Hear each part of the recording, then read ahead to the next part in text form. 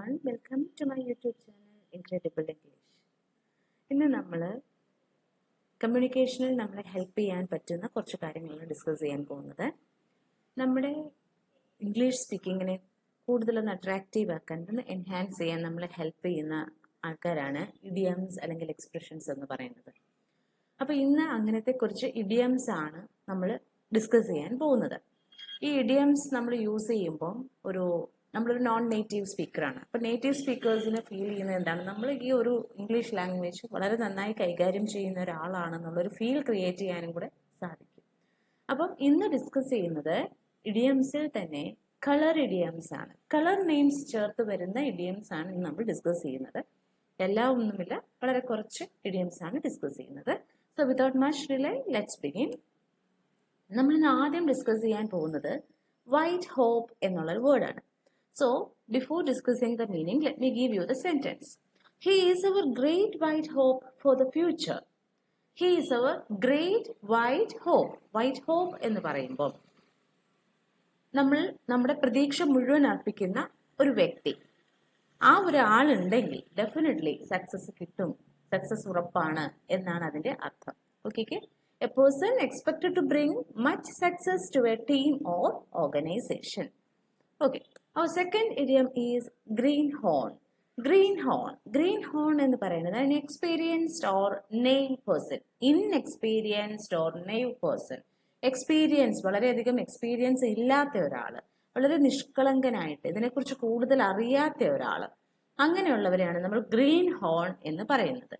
He is a greenhorn in this field. ഏത് field വേണേ ആയിക്കൊള്ളട്ടെ, ആ ഫീൽഡിൽ വളരെയധികം എക്സ്പീരിയൻസ് ഇല്ലാത്ത, ഒന്നും അറിയില്ലാത്ത ഒരാൾ എന്നാണ് അതിന്റെ അർത്ഥം. He is a greenhorn in this field. Okay, next one is out of the blue. It might be familiar to many of you. Out of the blue, it came out of the blue. നമ്മളിപ്പോൾ പെട്ടെന്നൊരു കാര്യം കാണുമ്പോൾ നമുക്ക് പറയാം it came out of the blue. Unexpectedly, നമ്മൾ പ്രതീക്ഷിക്കാതെ. Unexpectedly എന്ന് പറഞ്ഞാൽ നമ്മൾ പ്രതീക്ഷിക്കാതെ നടക്കുന്ന ഒരു കാര്യം. സോ അൺഎക്സ്പെക്റ്റഡ്ലി എന്ന് പറയുന്നതിന് പകരം നമുക്ക് യൂസ് ചെയ്യാം out of the blue. He knocked on my door out of the blue. എവിടെ നിന്നറിയില്ല, പെട്ടെന്ന് അൺഎക്സ്പെക്റ്റഡ്ലി അവൻ എൻ്റെ ഡോറ് നോക്ക് ചെയ്തു. Next one is purple patch. Purple patch, a period of success or good luck. എന്താണത്? The team hit a purple patch under his guidance.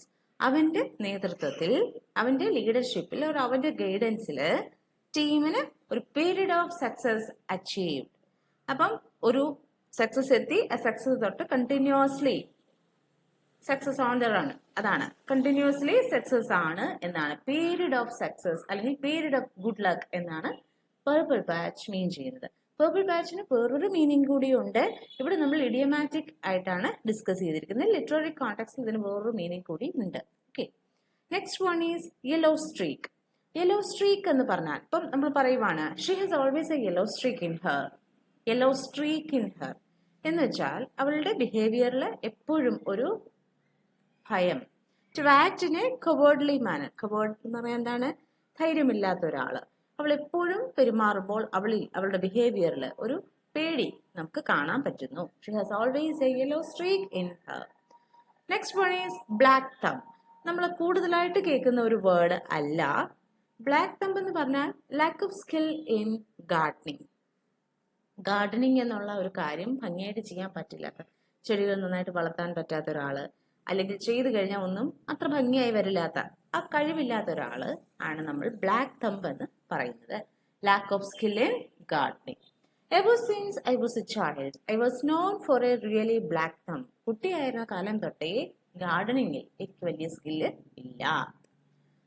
Last one is red tape. Again red tape കേട്ടിട്ടുണ്ടാവും. Red tape എന്ന് പറഞ്ഞാൽ official ആയിട്ടുള്ള കുറെ rules അല്ലെങ്കിൽ official ആയിട്ടുള്ള കുറെ formalities എല്ലാം കൂടെ ചേരുന്നതാണ് റെഡ് ടേപ്പ്. ഈ ഒഫീഷ്യൽ ഫോർമാലിറ്റീസ് അല്ലെങ്കിൽ റൂൾസ് എന്ന് പറയുന്നത് definitely because of this long procedures നമുക്ക് എന്തെങ്കിലും ബുദ്ധിമുട്ടുണ്ടാകുന്നു. അതാണ് അവിടെ റെഡ് ടേപ്പ് കൊണ്ട് ഉദ്ദേശിക്കുന്നത്. I missed my connecting flight because of all red tape at immigration. Red tape at immigration. ഇമിഗ്രേഷനിലുള്ള കൂടുതൽ ഒഫീഷ്യൽ റൂൾസ് കാരണം, അതിന്റെ ക്ലിയറൻസിൽ ഉണ്ടായ ഡിലേ കാരണം I missed my connecting flight. ഇത്രയുമാണ് നമ്മൾ ഇന്ന് ഡിസ്കസ് ചെയ്തിരിക്കുന്ന colour idioms. Hope this session is useful to you. See you soon. Thank you.